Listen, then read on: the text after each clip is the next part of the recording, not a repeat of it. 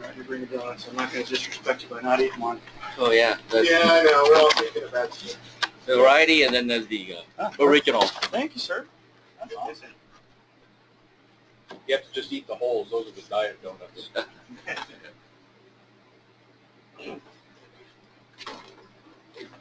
Bringing all the good stuff. Oh, look at it. We got pumpkins. Yeah, the monster. The monster. Jelly donuts. They're better for you. The jelly displaces the fat. I like the scientific explanation.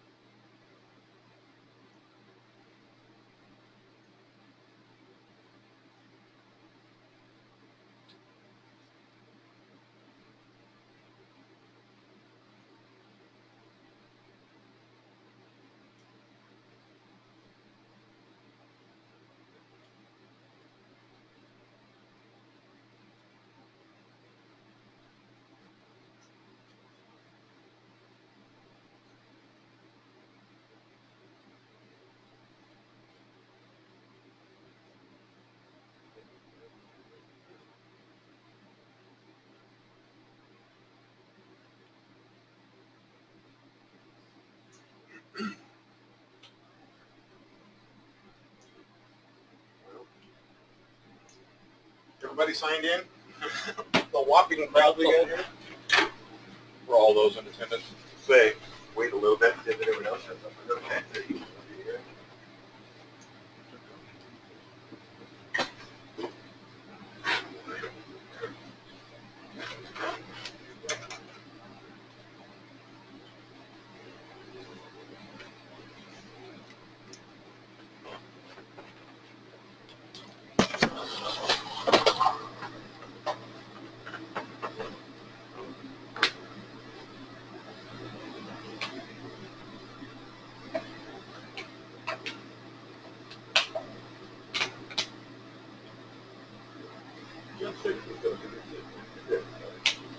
Oh, Jeff is a fan by flying jump.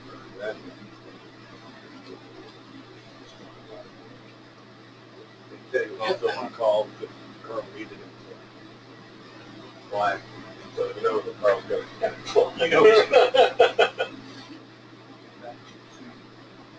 Yes, I would fly. Oh.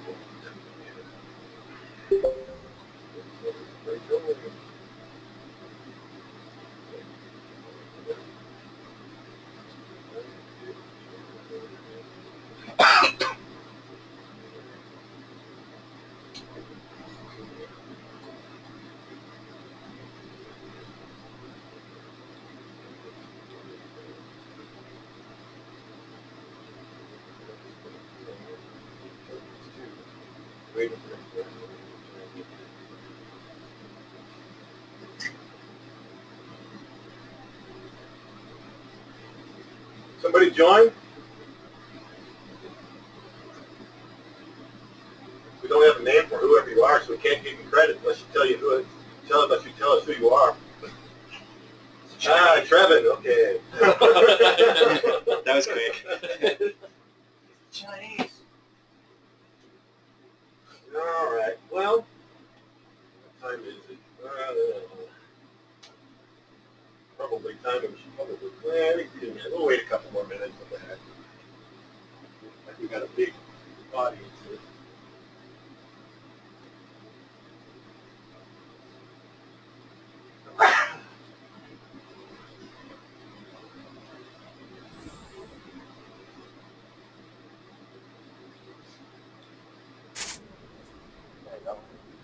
Hey, I hear somebody. Is that you, Trevor? Hey, can you hear me? Hey, gotcha. Hey, we're on our way right now. I'll be there in about 3 minutes. Ah, okay. All right, sounds good.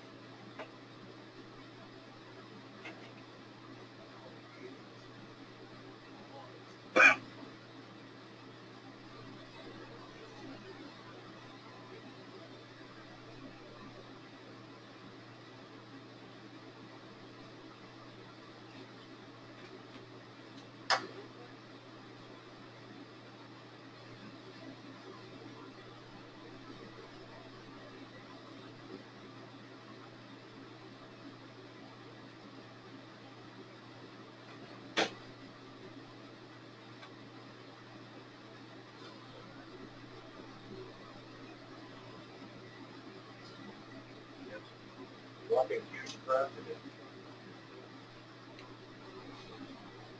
It won't be true. Some over parking. It will be selected like the. It won't be like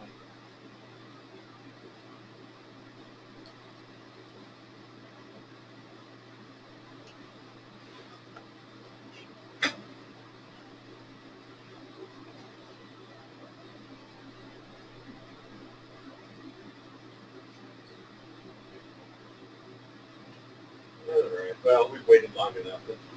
I didn't know Trevor needs online so he can hear what's going on. Thanks for those of you who did show up today. Appreciate it. Even though we're not flying. Our treasurer, Clay, he was here earlier this morning but had to leave. So gave me his numbers. Basically, you can see that we're averaging just a little over $5,000 for the past 2 months. Our monthly average over the past year has been about $6,300, so it's down a little bit over the annual. But that's not uncommon. This time of year we slow things down. So total between August and September, our last meeting was $10,583. There's Jeffrey. Yay. Expenses. In August, we had $4,358. That was mainly due to the annual on JAWS. So everybody is aware, we have lightning. We have Max in for annual right now, and it's going to be one of the bigger ones. They just had to replace 2 jugs on it. So we're probably looking at around $6,000 for that, which is cheap considering that all the work they're having to do, because Jeff is doing a lot of the work. So we owe him a big thank you for all of that. As you can see, our August expenses were way down compared to September or even the rest of the time. Our average is right around, well, our average is almost $17,000 a month. We only spent $4,000 in August, but that's because we didn't do a lot of flying in August. Questions about any of that so far? I'll wait till Jeff gets in here because I'm sure he's going to have some questions. He'll probably bring up those jugs that we just talked about. 2 more people are coming too. Jeffrey, What's new? why don't you go ahead and sign in while you're there? Roger that. We were just talking about finances. Now we have some bills coming in on JAWS. I know you showed me the 2 jugs that you replaced on it. On Max, yeah. What did I say? What did I say? Jaws. I meant Max. We also had another big expense, which is sitting right outside out there, is that storage container. Go ahead and sign in, Trevor.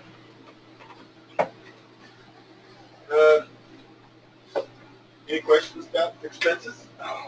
What did the storage container cost and what did it cost to move it in?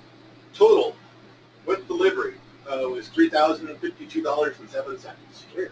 Not bad. They had actually, I had put out a request for quotes, and they were the first ones to come back, and they had a glut of 40-foot containers. I was getting a quote for both the 20 and 40 footers, and the 20 footer is only about $500 cheaper. than this one because they had special going on the 40s. So that's also not just, that's an extra tall one, has an extra foot of height in it. So not that we needed it, but 40 feet long, for instance, we want to do some work on 863 to repaint the wings perhaps. We're going to take the wings off, strip it, that sort of stuff. We got plenty of room in there to put the wings and the fuselage inside that glider, plus all of the equipment stuff we want to store. It's lots of room.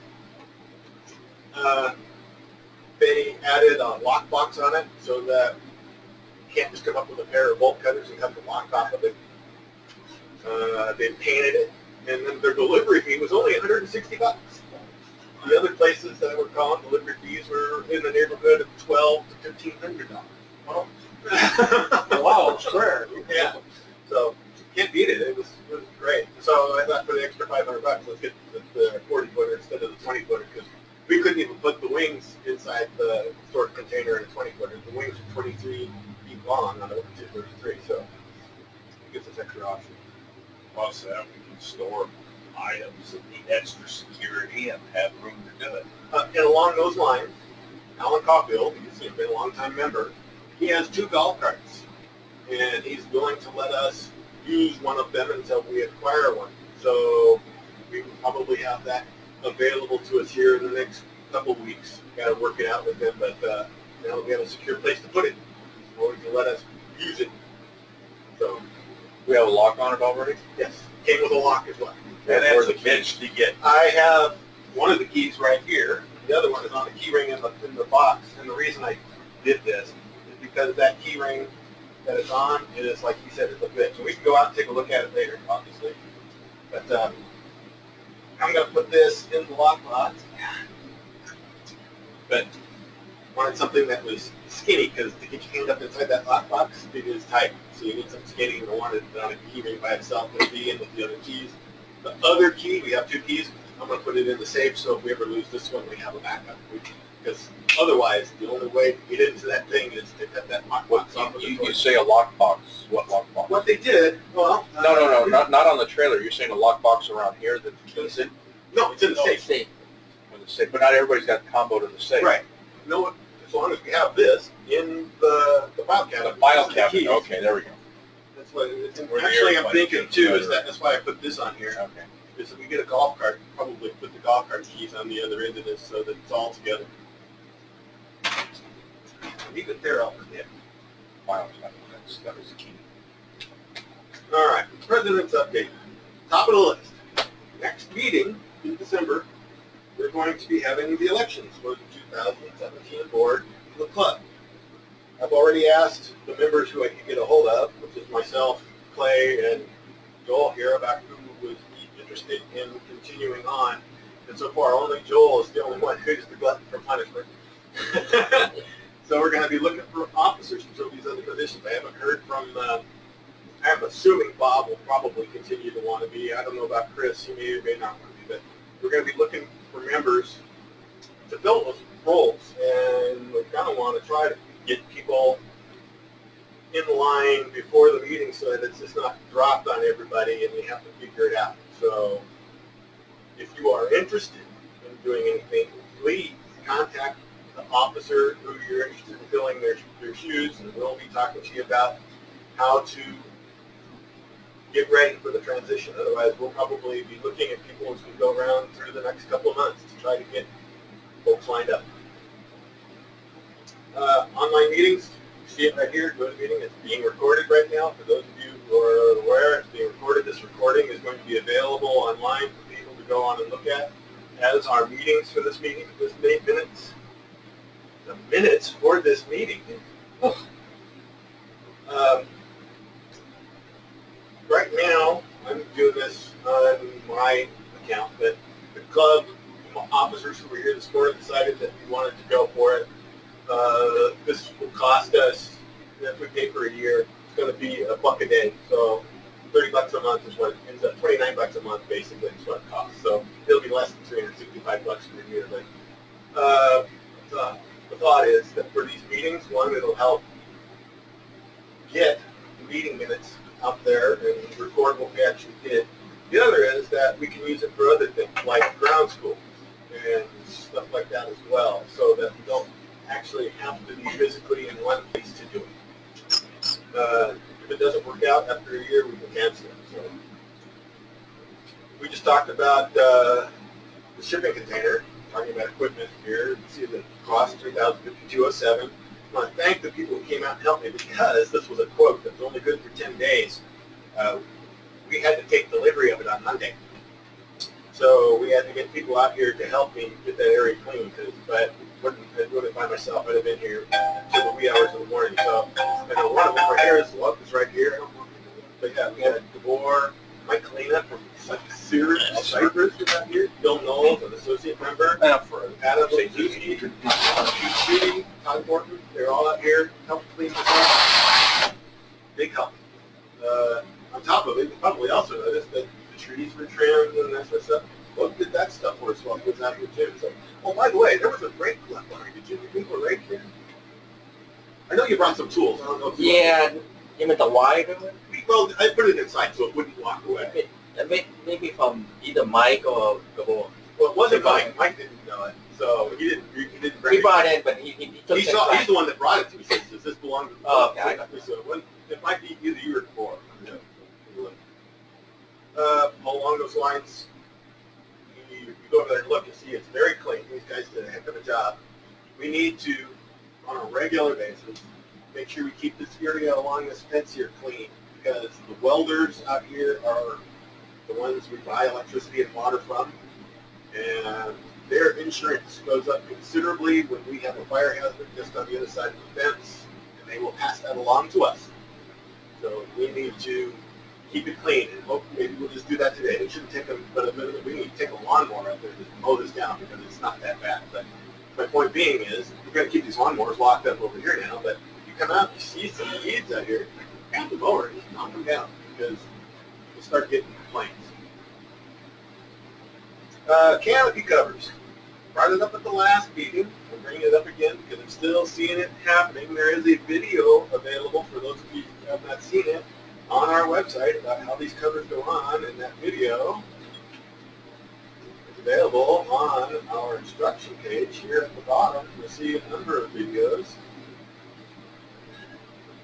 Right here's 233, the Pilates. Pull it up. You'll see Mike Thompson's giving us a demonstration how to put it on. So if you're familiar with these, we're going to start putting more of these videos up there for things so that people can see it.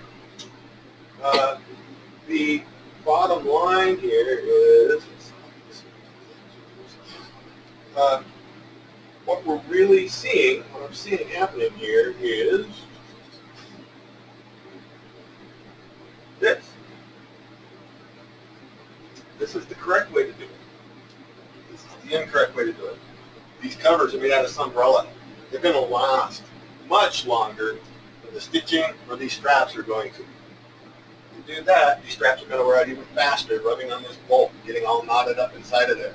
Want them on the outside of that bolt, right there, so that they don't slide around. That will make these straps last much longer. Questions about any of that? Can we move along? All right, VP's not here to give us a status. Membership. Okay. Membership report.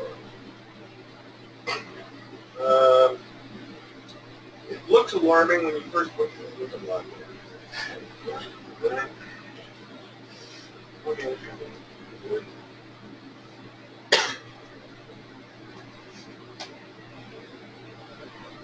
However, when you look at this, you'll see we have a downward trend for about the past year on membership.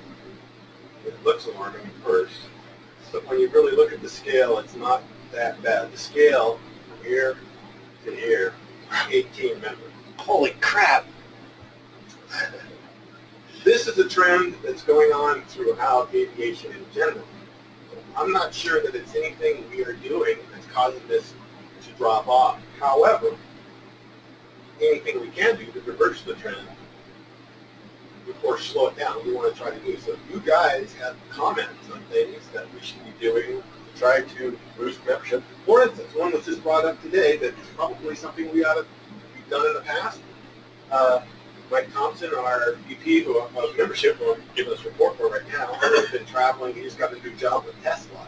He just got back from Europe. But past years in October, we've had an event that we've done with a pumpkin drop, like flower bomb. There's interest in doing that. Do that again with events. Going and getting membership information out, all of that sort of stuff. And Mike is working on new membership information. I can't give you an update on it. I don't know what it is. But like I said, I'm not seeing this as, oh my God, what's happening?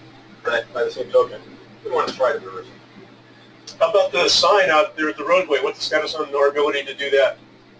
We don't have any signs. We have the flags that we can put out there that says rides and stuff like that, but we cannot put a sign out there. Not loud. You know, basically, you'll see when you look at the skydivers, their sign is on the other side of the road. Because that road is the divider between Elsinore and Wildomar. Elsinore, to have a sign, requires city approval and a $5,000 per month permit. Go to the other side, but the guy who's on the other side of the road over here won't let us put a sign on his property. That sign is on the dairy's property, so I'm sure Carl pays him some sort of a fee to put it over. We've already talked to the guy across the street who can't do it. The flip side is, that's why we put those flyers up on weekends, is to try to show people how to find the place. The flip side is on weekends, there's no code enforcement. So if we put it out there, we're not going to get caught. Is it legal? No, but we won't get caught. That was something that we used to have the line crew do when they came as part of their duty, go out and put those flags out there. And the only one who's been coming out is Trevin, and by the time I realize he's here, we're on the flying already, and I'm not going to have him stop his duties out there to go put flags out. Much more important to have him out here. But now that we've mentioned it, you get here in the morning, you know where those flags are? No. They're in the back room, and I can show you how to put those out. That'd be great. I keep saying I got to show Trevin that, and I never do. I'll deal with it today.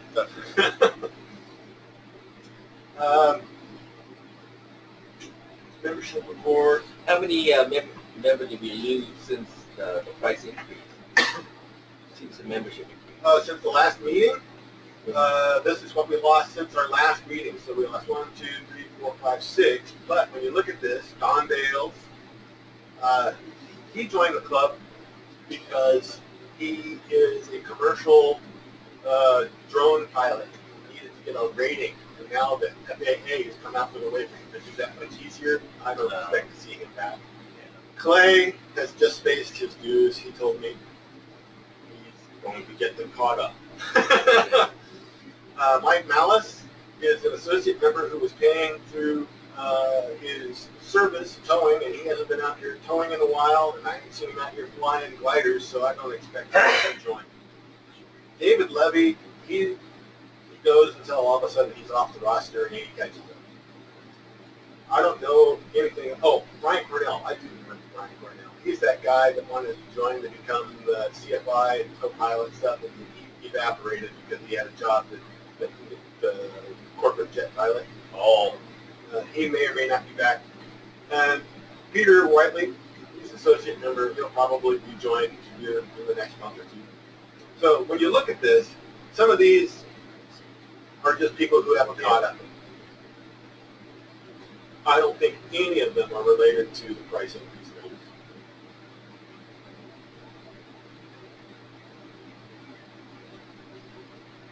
Promotion materials, fast membership. This is one thing that this fast membership, this is the fly, it's supposed to be FASST, fly day sales plan today. Anyway, that's an SSA program where SSA does advertising to say, hey, you never had to fly a glider, if you're a fast team participant, they'll send people your way, and we get our fees, and maybe they'll join. So we're looking at how to make that happen, because our membership structure right now doesn't currently account for that. We have regular members and associate members, and the fast membership that they pay for through SSA is, I want to say it's like $199 they pay SSA for top of that, they get a logbook, they get materials and this sort of stuff, which the club would provide. We get reimbursed by the SSA. So we have to make sure that we're not working as a commercial operation and how this all works out and say, well, all right. Because what an associate membership is, this is why they cost what it does. A ride costs what it does. They become associate member, $15. And then they pay for the cost of the tow. It's a standard flight, it's $82 because it's 15 plus 67. If it's the higher flight, it's the 103, it's 130 because it's 15 plus that. So it's the cost of the tow plus an associate membership. We may have to figure out another way to make this happen.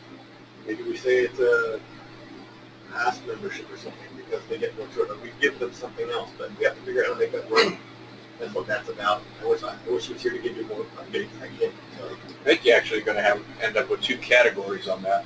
You're going to end up with one person who just wants to have a ride and they're done with it.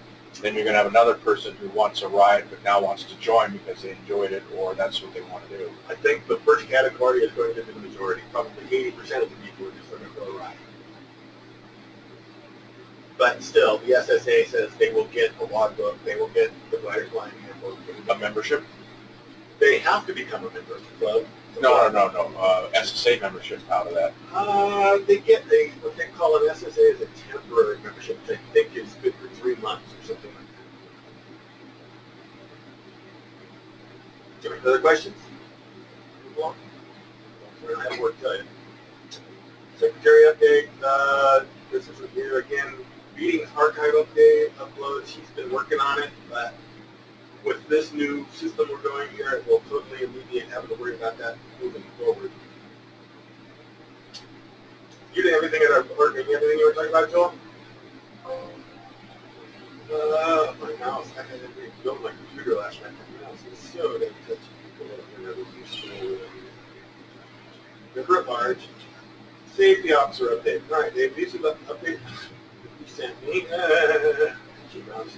Hard to read the screen, so we'll see if All I right. can get it off my... I'm focused here. No, I can see it just fine. He's got bad eyes. Yeah, you got that right, Jeff. You ain't mistaken there. Basically, the first item is unauthorized vehicles and pedestrians. Just bear with me a second. Yeah. Let me make a comment on unauthorized vehicles and Okay, pedestrians here we real go. quick here. Had a discussion with Carl, and his people were coming around this corner down here, going through Larry's driveway to leave the airport instead of going out on Cyril Street. And who the hell was it? I forget who it was. Somebody complained about it, and then I got wind of it. And so I asked Kirk, he said, yeah, they're burning through here. There's a trailer back here with a family in it, children, the whole bit. So I went down there. So the policy has become that the only people allowed to come through this driveway now are club members and the guys stationed in Perk and myself. The drop zone people are not supposed to be coming through here. That being said, that if this is blocked, we can come through the drop center if we need to. So, Well, we get too much traffic in here. Well, I'm assuming what he's referring to, correct me if I'm wrong, we had an incident here 2-3 weeks ago where a car went tearing right down the runway, right in the middle of operations. That was just some wild-ass person driving through here. And that's one thing I want to bring up is when you see a strange car, don't be afraid to challenge it. I have found people in here, I say, what's your business? What are you doing? What are you looking for? And sometimes they're looking for the club. They're looking for it, right? It is, which is okay. But sometimes I think they're in here scoping the place out, and we've been hit before. So don't be afraid to challenge some strange car. What are you doing here? They look suspicious. They're trolling around the airplanes. They're driving around aimless. So do challenge. I challenged a couple, and well, I'm over here to see a friend. Well, where's your friend at? Who is he? You know, that sort of thing. And I've ended up having to escort them out of here a couple of times in the last 4 weeks. So, and we are mandated by the TSA, but we have TSA rules. So you basically are required to challenge any stranger you see, because as far as they're concerned, this is the secure area where the airplane operations are. And so they've got more power than the California Highway Patrol. So I would well advised, if you see a stranger, don't be afraid to ask what he's looking for. If he's looking for the jump center, direct him over there and expect him to go. A big part of it, though, is exactly where we're on. It's a safety topic. We had a very close call with somebody on the run. And I don't know, it's your topic. I didn't want to steal it. This one is what Mike's referring to, and Cypress had a FAA check ride, initial private flight, and everybody was hooked up, ready to go, rudders wagged, started the launch, and then out of the corner of the eye, here comes a car zipping around. Now, they weren't just coming in here 5 miles an hour, stopping, hitting the brakes, looking around. These guys were on a mission, and they were going down that road for whatever reason. Gary Timms was the one who was towing at the time, and he, out of the corner of his eye at the last minute, saw that car, and I think the car saw him and hit the brakes and stopped. Flight continued on. They went up and did their stuff and came down, and as far as the operation here, everybody talked about it. We tried to abort the takeoff through radios. That didn't work. Either a wrong frequency or the pilots didn't hear, or weak radio, whatever. I don't know. It didn't happen. There was an attempt to try to do that. We then contacted Manifest and told them to be on the lookout, because they had gone all the way down, then they went across, and then they came back up. And Manifest eventually did get them stopped. Say there were 3 guys in there. They had been drinking beer, had talked to them, but that was as far as it went. And looking back in hindsight on it, it would have been nice if they had recorded a license plate number, because we could have then contacted the local police, sheriff, or whatever, and let them know that something happened here. If they wanted to pursue it at that point, fine, but that part didn't happen.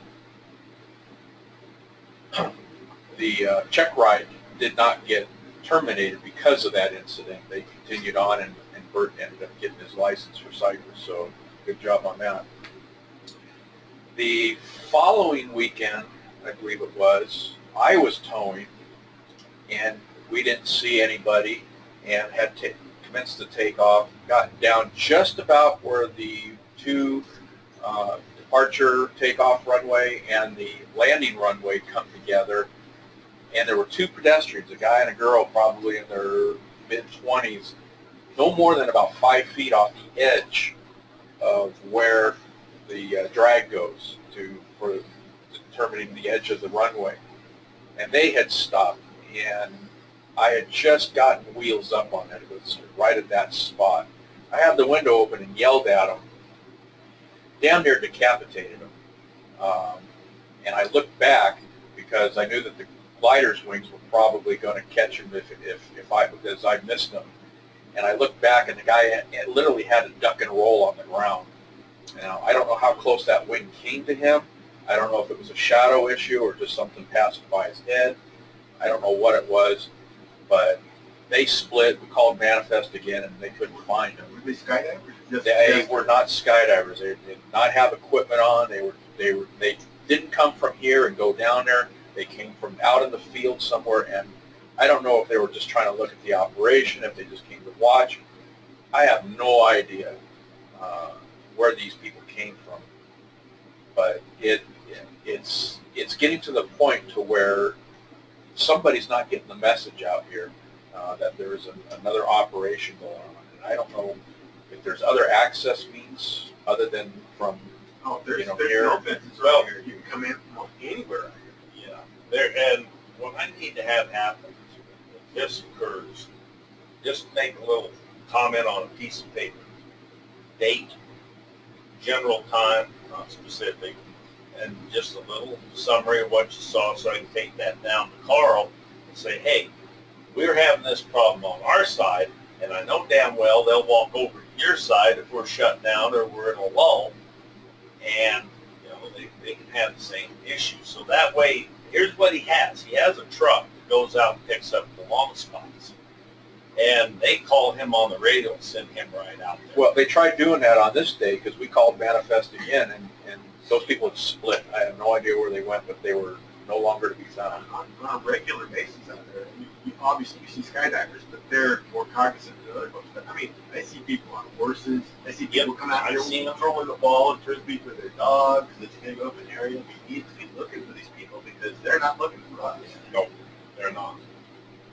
So I think everybody just, you got to keep your eyes open for things. And we got lucky twice. We didn't have actual accidents out of it, but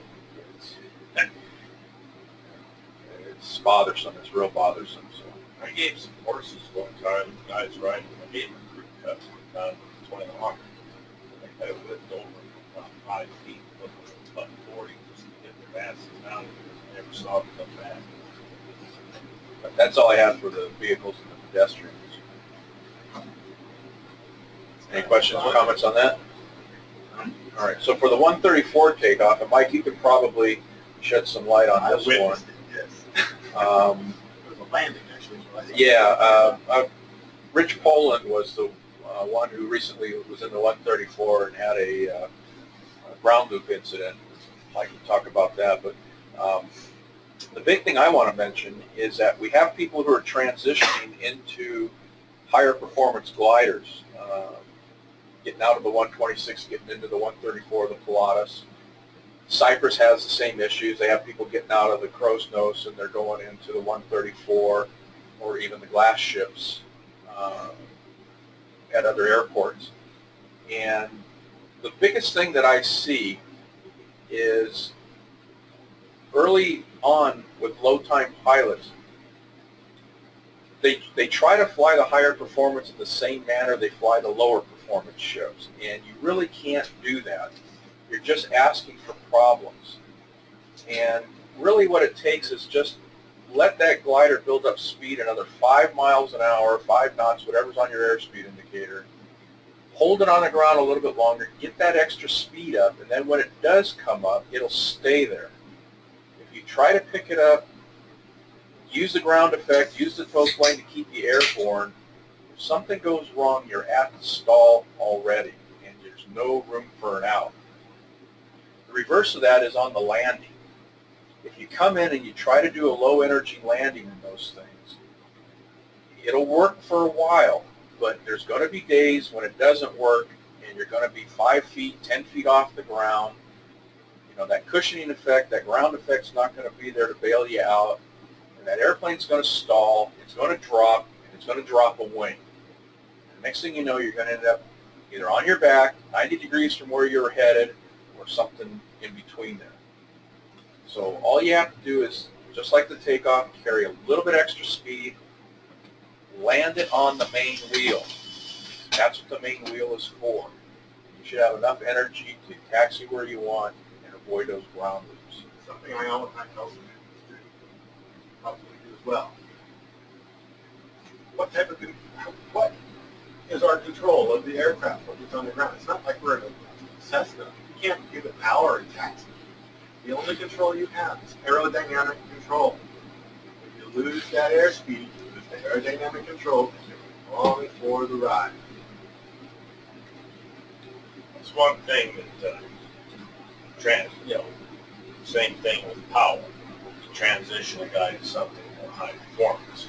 The thing we tell them guys is, listen, the more performance you get, the more by the numbers your airplane is. Jet airplanes are flown by the numbers. Speeds based upon stall, as ref, and additives for wind gusts, things like that. Same basics you use in a glider. So if you're flying a higher performance glider, you need to be flying a higher and a fixed speed warranty conditions in order to fly the aircraft on. That's basically what you get. Fly the glider on. Fly it on, just fly it on the ground. Exactly. Unicycle land. That's all I had on that one. If anybody's got questions or comments? I have a comment. It's just so folks understand why we do things the way we do. You brought up a good point. They're transitioning from crow's nose to what? Their first ship was a 134. 134 is not a highly complex aircraft, but it's significantly different than the Crowsnow. And what got him trouble was the Crowsnow is a trainer. It's a reliable aircraft, very forgiving. The 134 is not. It was designed to be a 15-meter racer in its day. It's got a more critical airfoil. It's got less drag. But what got it was he came in high, and no one had told him that the speed brakes on that thing are speed limiting guide brakes. You can put it right at the ground and not exceed B&E. So he's high. What's it do? He slips it. Slipping a 134 is pretty useless. Doesn't have much drag. So he's slipping it harder and harder and harder. He's going off the runway. I'm thinking that the wings are also much longer. And the wings getting closer to the ground, and he caught the brush off to the side of the runway with the wingtip. And hit the ground going 90 degrees to his direction of travel. All because he went from an aircraft that was very dissimilar to the one he was flying. 134 is not a challenging aircraft to fly. It's just different. You need to get the right checkout. And that's why we do things the way we do. And I'm not pointing the finger at you specifically, but you have a Pilatus, the Pilatus you own. And I'm telling you, we have a member who bought an HP, and I told him, get the training before you fly it. He ground it on a takeoff. You need to make sure you get the proper training before you get in that aircraft. I can't keep you from flying it, but I can sure encourage you to come fly it. Well, we'll work together. Pilatus is a fun airplane. It's very forgiving, but it's very efficient, and it will creep up on you real quick. And if you're not ahead of it, then you're behind it. It's that simple. But anyway, that was all I had on that. All right, 232 takeoff staging area. Last weekend, the weekend prior, 232 got out, gave a ride. Not a problem, nothing unusual out of that. What I would like to see is that that airplane is moved in front of a stage in front of the 126, not towards the tie-down area behind it. Well, we're too close to the wings. If they don't have a wing runner, then it says to have it in front of the 126. Well, they had the wing runner, that was Jeff, and he ran it, and that was okay, but it's close. Well, then we can change the SOPs, because the SOPs state something different, so you can update the SOP. It's just a matter of time. It's Sure, it makes sense. It's not if it's going to happen, it's a matter of when will it happen. I'll update the SOP. Okay, and that's it for that part of it. The last one I had was a walk-in flight review, and that was interesting. I want to say last weekend, but it may have been the weekend prior. Had a gentleman that walked in, probably close to 280 pounds, not a problem, was asking to get a flight review. I asked him if he was glider current, and he said no, but he's been flying everything under the sun. He's been high time of everything. He's a former this, he's a former that, but he's not current. And I had asked him, I says, well, if you're not current in gliders, what are you current in? He said, in powered aircraft. And I said, well, why don't you get your flight review in powered? He said, well, I'm on vacation. I just had, this was one of the stops for this weekend. I thought maybe I could walk in and get a glider add-on, a flight review, because he's already glider rated. Turns out he was here back in the 60s, back in the 70s. He knew everybody. He owned 5 airplanes out here that were on the flight line. At least he thought he did. So it all added up to go somewhere else. Well, they have to be members. Well, we talked about that as well, and he wasn't willing to do that. He was a little disappointed that we didn't cave into what he was seeking to try to get. And I'm not one to, entertain those type of people. If you're going to get a flight review, you need to be current in something. Even if it was, you had 3 flights with an instructor not too long ago, at least you're somewhat current. But this guy hadn't flown for over 15 years in gliders and was looking to just jump in there. I'm going to talk about that as we say instructor section. For all of you who don't know, the instructor is the one who's making the determination if you're okay to go. And I would have been the same way. I said, no, you're not because you want to do it. We'll get you started, but you're not going to pass it. So he was a little disappointed. I suggested he come back, talk to somebody else about joining the club, and I don't think he showed up on Sunday. He probably just moseyed on. went somewhere else, which is fine. I have no problems with that. When you guys aren't here, I've seen a couple show up that way too. Have they? Yeah. I was asked much the same thing. Well, the flying gliders. Well, I did that. See, had chariots, such as it is. It's getting to be kind of communist. Like, well, what have you been flying? Well, nothing for the last 20 years. I said, I want to go back and take a course of what you're I'm wondering. normally use. I've seen that too, and I think I'm wondering if it's not more and more about the fact that now they don't have to have the medical, and they haven't flown in a while because they didn't think they could pass the medical, and they think they can sneak in this way. And that's what I'm saying. I'm not going to get it. No, and you mentioned a point, the medical thing. They just revamped all that. But I'm under the opinion that they come to me, and it's just my personal bias. You know, you've been on the ground a long time, you're full of rusty. The ground that you are one. Don't get in the air. Whatever. I mean, we can go through the training to get the current, but I'm not going to sign up for flight review until they are ready. No, exactly right. And that's what the flight review is. Yeah. It's actually defined as training, not a check ride. Way late. Dave's topic here, sorry. No, you guys keep going on. So that was it. All I had. I just That question. Moving on. Maintenance officer, yeah. Did you sign in right now? No, I'll send it. So Ted asked for, made some comments, I put them in here. But aircraft information, we'll go take a look at aircraft status.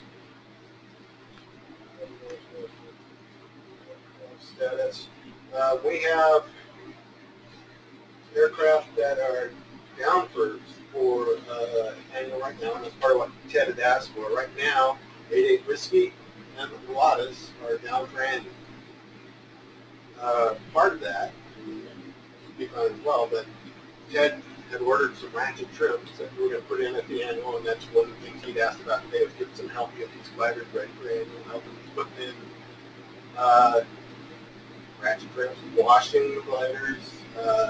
We just did the annual on 863, and part of it was that we needed to replace the belts because the TSO labels have been removed. They're safe, but they're not legal. So we have those belts. I have the belts here in my Yeah, truck so right we now. can replace those as well. One of the things that disturbs me here is that I recently just checked LOCA in the 126, and he pointed it out to me during the pre-flight that he couldn't find the airworthiness certificate. We found the remnants of the airworthiness certificate. It is illegible. And I am right now got an appointment to go down to the FISCO and get a replacement airworthiness certificate on Friday. You folks understand, it doesn't matter if you're a rated pilot, a student pilot, whatever. If you are PIC, it is your responsibility to ensure those documents are there. We don't go looking for them in handles. They should be looked at every time you fly the aircraft. I don't know why or how long it's been like this. I'm pretty sure it was there at the last annual because There's only a piece about that big of it left. So I'm getting Yellow. a new one. There's a copy of it in there, but that is not legal. has to be the original. It has to be the original with the signature on it. Or stamped replacement. Or what they'll do is they'll put an R at the issue, at the end of the issue date, the R for replacement. But it is an original. It's not a copy. Truman said a rat jumped out the other day, maybe it went their stomachs, huh? Well, this thing was so sandwiched in between all the other documents that were in there that really don't need to be in there. There were years' worth of registrations in there that it no longer needed. I pulled all of that out and put it in the box. But when I pulled it apart, it was stuck between two pieces of documents. I don't remember what it was, but all it was left, like I said, was a piece about that big, like yellow newspaper, and it just flaked apart. Plus, it has to be the only document that has to be visible. It has to be visible, and it can be laminated because it doesn't have to be altered. You can actually laminate it. we hit it, it's probably what I'll do. So it will That last is long. one biggie on the annual, is the airworthiness certificate and the EV notes why you call the machine. That's the meat of the annual right there. Yeah, Well, I can tell you that That's what Tony, we have. when he does the annual on my aircraft, Yeah. I have to, he signs it off, and I have to show him that, yeah, by the way, here's the AD that has Well, been done on he it. should even, does he ask for it? He never asks for it. Well, he needs to. That's my point, is that he just does a quick walk around, and he'll point out things he physically sees wrong with the aircraft that needs maintenance, and then he'll note them, just walks, and sign it off. And the thing about it is, vets come out here to see that. Well, It's they'll his go back ticket. how many flights is flown, because Ted and all the boys that had their hands on it are going to be standing in line to pay the fine. Anyway, my point is, we're getting an airworthiness certificate for it. It's off the schedule right now. When I have the airworthiness certificate in hand, I'm going to drive it right back after we put it in the aircraft and put it back online. But when you get in these aircraft, look for it. And if it's an old one that's starting to fall apart, let's protect it, pull it out of the aircraft, and we'll take it, we'll laminate it down so it doesn't get worse. It can't be laminated to preserve them. It is a major pain in the butt. I've been dealing with this since we flew, which was like 2 weeks ago. 2 weeks trying to get a replacement airworthiness certificate because this glider is owned by a club. They need to have the owner of the aircraft come down and personally request it. How can you have a club show up? I have to prove that I am somebody who has a signature authority for the club. That is a pain in the butt. And really, the only reason they're doing it for me is because when we bought that aircraft, I saved all the paperwork for it. And on the bill of sale that I got, was to Lake Elsinore Sword Club, and my name is president on it. And the registration, when I moved in, I signed for that. My name is on it. 2 FAA documents that show my name.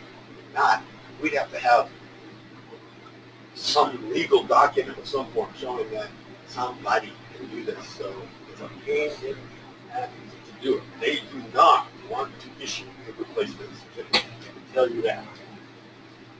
But that's another story. But like I said, it's concerning to me that it's been like this for who knows how long. Tell me people aren't looking at these things, so I want to make sure that you are looking for them. Where is the airworthiness certificate in 233? Anybody? In the back, Nobody back knows? seat. in the back, on our heads. You can see it. Where is it in the 126? Who here flies 126? Where's it in 126, Jeff? Hell, I don't remember. I just paper. Yes. Sitting on it. Hey, yes. Yes. It's in they have a little envelope and it's sitting underneath the Geez, well, I get to fly twice. It's hard to remember what to even look. which is actually a terrible place to put documents because water gets in. Where's it collect underneath the seat? Anyway, I digress. So, like I said, right now we have 233 that's down for annual and allotted. Currently, and I say this, Clay has submitted the paperwork. He's even called the FAA to find out what's going on, but the registrations are going to expire on 863 and 88 whiskey at the end of this month. Everything's filled, it's into the FAA, but they haven't filled it out yet. Now, talk to them about this, saying, if it shows up on the website as being extended, is it legal to fly? I said, yes, you do not have to have the original certificate in there.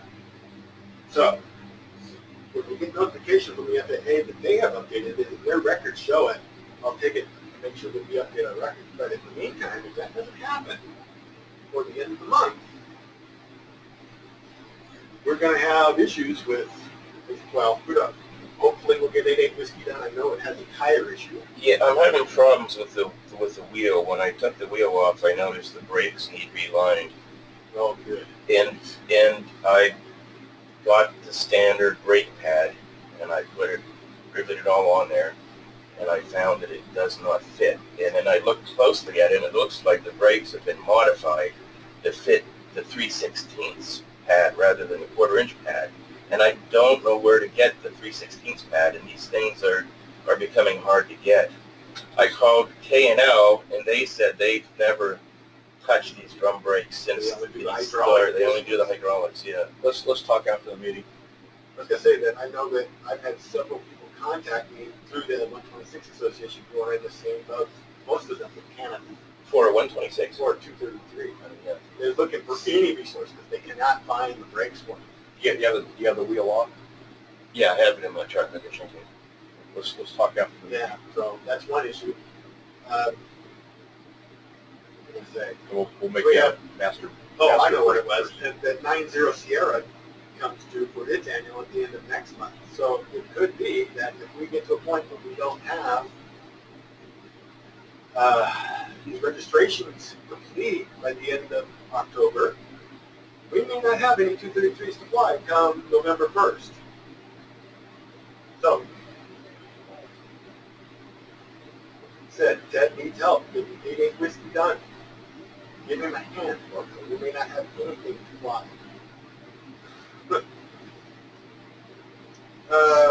What else? I talked about the airworthiness on the 126. A lot of things to do. Well, this is one thing I was looking at here the other day, and it just struck me as odd. That Max has this. We haven't flown Lightning in forever. Well, yeah, it went down for annual at the end of December, didn't it? And hoping to have it back online by December, but we don't know, do we? It's been a long, arduous process for you, hasn't it? I'm having a December moment here, but I'll get into that when I get. Yeah. I just was like, wow, has it really been a year? All right, back to the agenda. All right, talked about the registration, talked about the ratchet mechanism, the compass talking. We talked about this at the last meeting. They're not difficult to do. I am of the opinion that we ought to get this done today. Is there a reason why we can't get it done today? Do it today, because I tell you what, it's the PIC that's going to be partially responsible if there's a ramp check out there and something isn't met. You know what? It's the PIC. When you're flying to them, it's the instructors. Yeah. And I will stop instructing. We don't get it done. What are these for the 233s? It's for all of our aircraft. But are we talking about the 233 specifically? Any aircraft with a compass in it.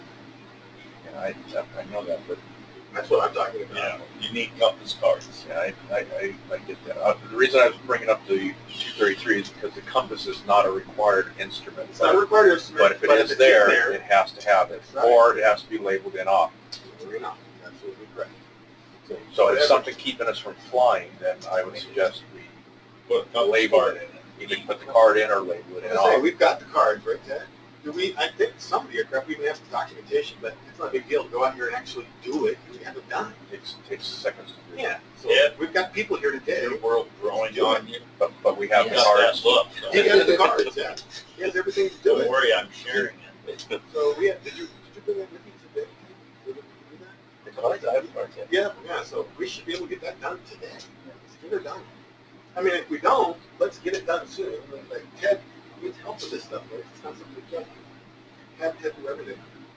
We talked about the belts in 863. Get those installed. Well, one thing I want to talk about: canopies. There is. I mean, you watch people who have their own gliders out here. What's the first thing they do when they take the canopy cover off? They clean it. What's the last thing they do before they put the canopy cover back on? They clean it. We should be cleaning these canopies every single time we take the covers off.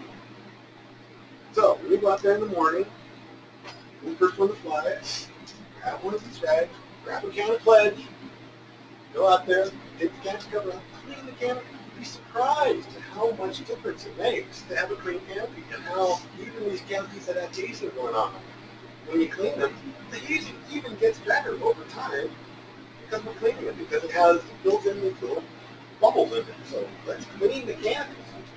Dan Gudgel made a comment about the crazing and yellowing and everything else going on. So It's one of the things that at Hatchie, they got dinged on with a ramp check. It's the guy doing the inspection. The inspector said the canopy was not visible. It was not legal. It was too. you crazed over. Yeah. So we may have to start thinking about replacing them too. Well, they're not cheap to replace, but there are things that we can do, there's materials that we can use that will clean them up. They have polishing kits and all that good stuff. It's a little bit of extra elbow grease, but it works. Heck, I used it on my headlights on my truck. You'd be surprised at the difference it made on them. And it took me about a half hour.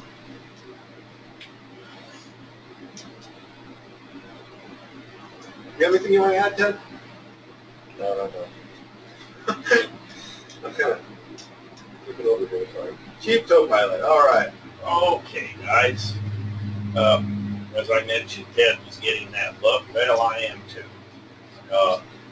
Right now, the situation, I got to go get an update on lighting. I haven't been over there yet. The man was here this week, so I'll see where we are. If that wing's about put back together again, the fabric will go on. Then we'll do the painting, which will take about a day or two, and then we're going to start reassembling.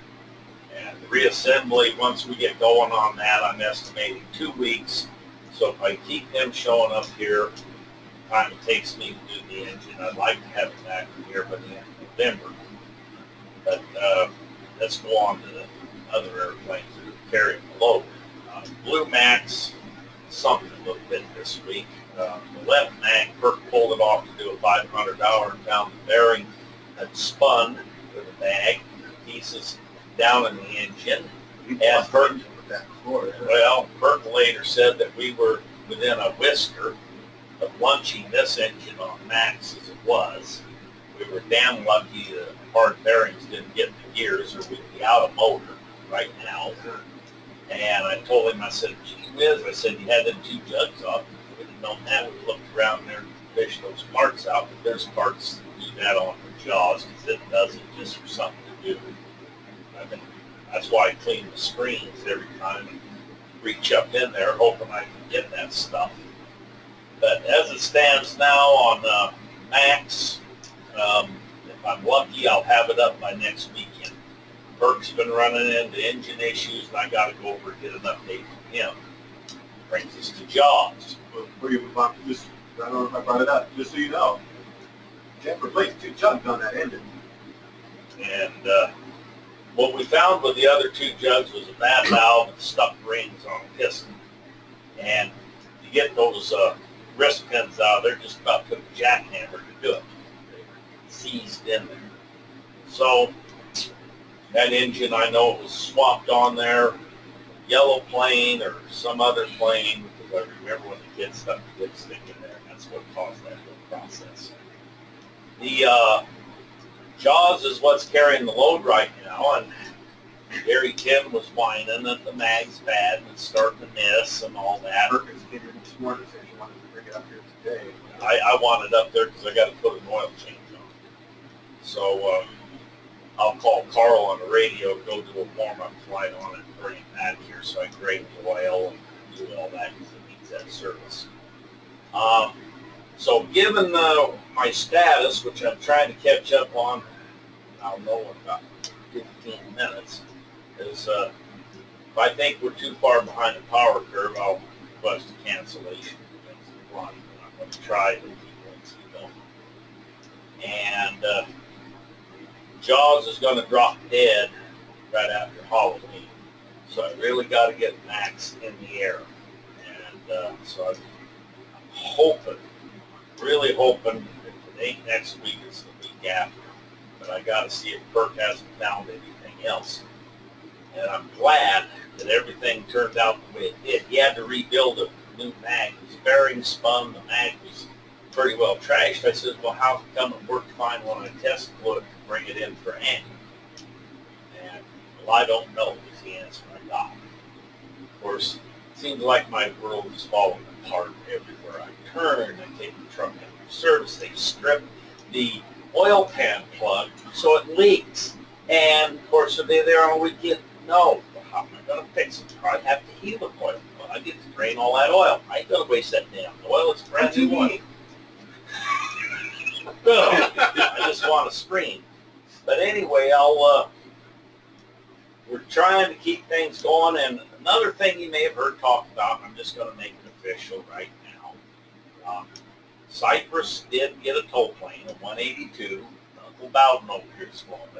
and towed with it. I haven't got to try it out, but from what I'm getting on that, I got some wild ideas of possibly using it as a little bit of a training tool, but the more I've looked at it, the more I've decided I just want to stay miles and miles away from that thing. I don't think it's suitable, and it is what it is, you know. I've got some things I need to learn. So that's all I have. Anything? Any questions?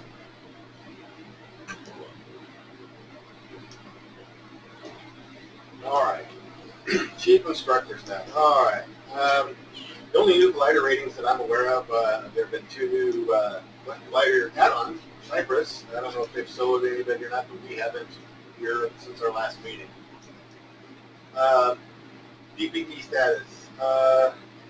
All my paperwork has been received, and they're waiting for Riverside Tisco to request a DPD. So let's see if that ever happens. Have you talked to anybody at an interview level? No. I mean, yes and no. I had phone interviews, but nothing. I mean, they've changed the process just as of August 1st, and that is that the Tisco has to authorize what you're going on by. They want a resume. They're going to have this take place before it ever goes anywhere. So now they have approved me based on my phone interview and my resume and all my qualifications. So that there are 2 other people who have also submitted for DPD status providers in the Riverside Tisco as well. No. One of them is Joe Scarsol. I don't know the other one. They told me the name and didn't know. But I can tell you that, well, 29 Palms and I think that's the other guy's name. Anyway, they've been bugging Riverside because they need a PPE, and they're just tired of making the trips out of landing. Everybody I've talked to at the Bistro they'd like to see me do it, but that doesn't mean it's going to happen. So that's the status. Pays really well. Yeah. Especially that trip to Oak City every other year. All right. We're talking about flight reviews. People all the time ask me, what should I be doing? Get ready for my flight review. What is this? What is that? That's AC 6169C, this one right here, currency requirements and guidance for flight reviews and instrument proficiency checks. It's all the same thing as far as the FAA is concerned, even though we don't do instrument proficiency checks. When you look at this document, it outlines everything that the FAA is putting emphasis on that they want the instructors to go through. And when you look at all this, you see it's quite long. But this outlines the stuff that you should be doing related to even materials you need to be ready for. CFR sections. But English proficiency is not something we have to check for, but that's not an issue for us so far. Personal currency program. This goes right into what Dave was talking about.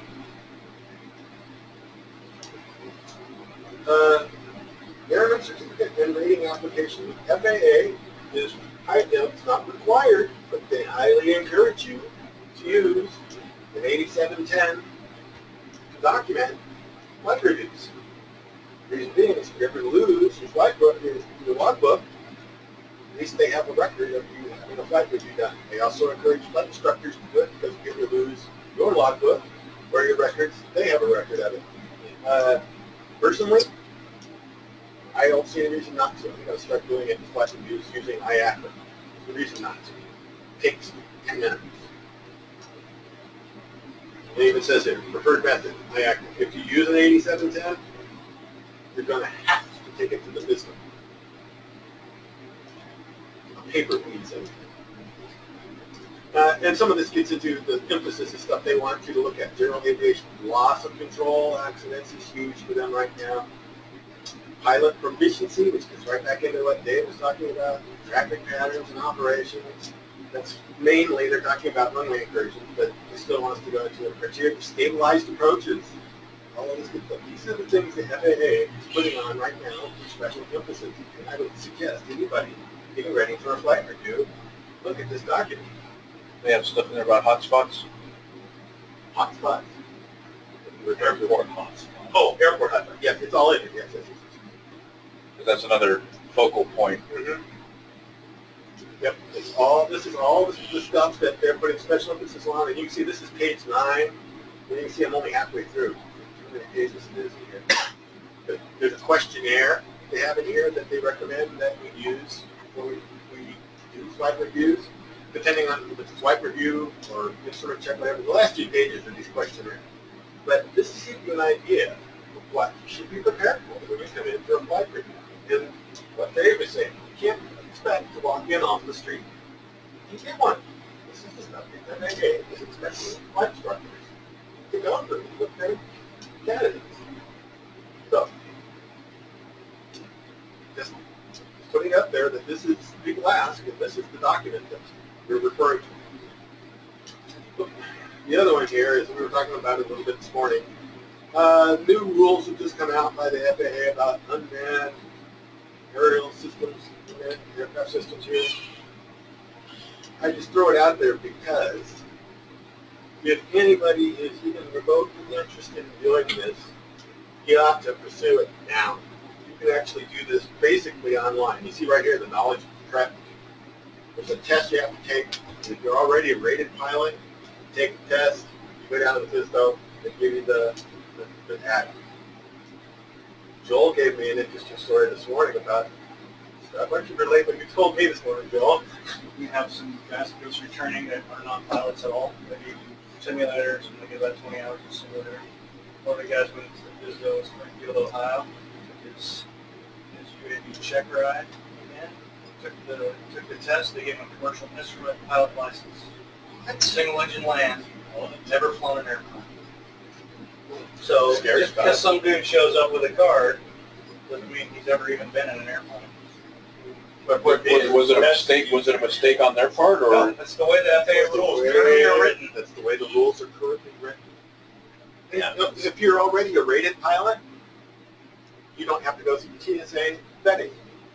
That's a loophole. Because climate pilots don't have to be vetted by the TSA. That's what I'm saying is, if you want to do this, thinking you might ever want to do it now. It'll be a lot easier now than it will be in 3 to 5 years. Joel, how could they give him a certificate Military competency. if he never had any endorsements?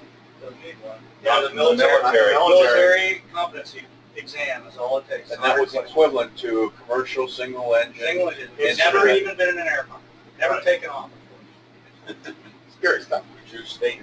You're gonna give me some of that. My point being is, if you think that you might want one of these ratings, and really what it boils down to is, if you want to fly unmanned aerial systems that weigh more than 50 pounds, you're going to be required to have this. If it's under 50 pounds, it's not an issue. If it's over 5 pounds, the aircraft has to have an N number, but as long as it's under 5 pounds, it's like they consider it a model airplane. But my point being is that if you think you might want to do this someday, get your quadcopter and go out and take aerial footage of the high school football game and sell it. It's easy to do now. So if you're a rated pilot, though, you still have to take the test. You have to take the written test. Shooty And Shooty did it, and he told me it was actually an interesting thing. He said I think he said he did it. It was like an evening or something like that. He took the test, but he said he's glad he did the rest because it talks about things that are specific. This is an unmanned aerial vehicle, and he learned some stuff. So. Questions? Comments?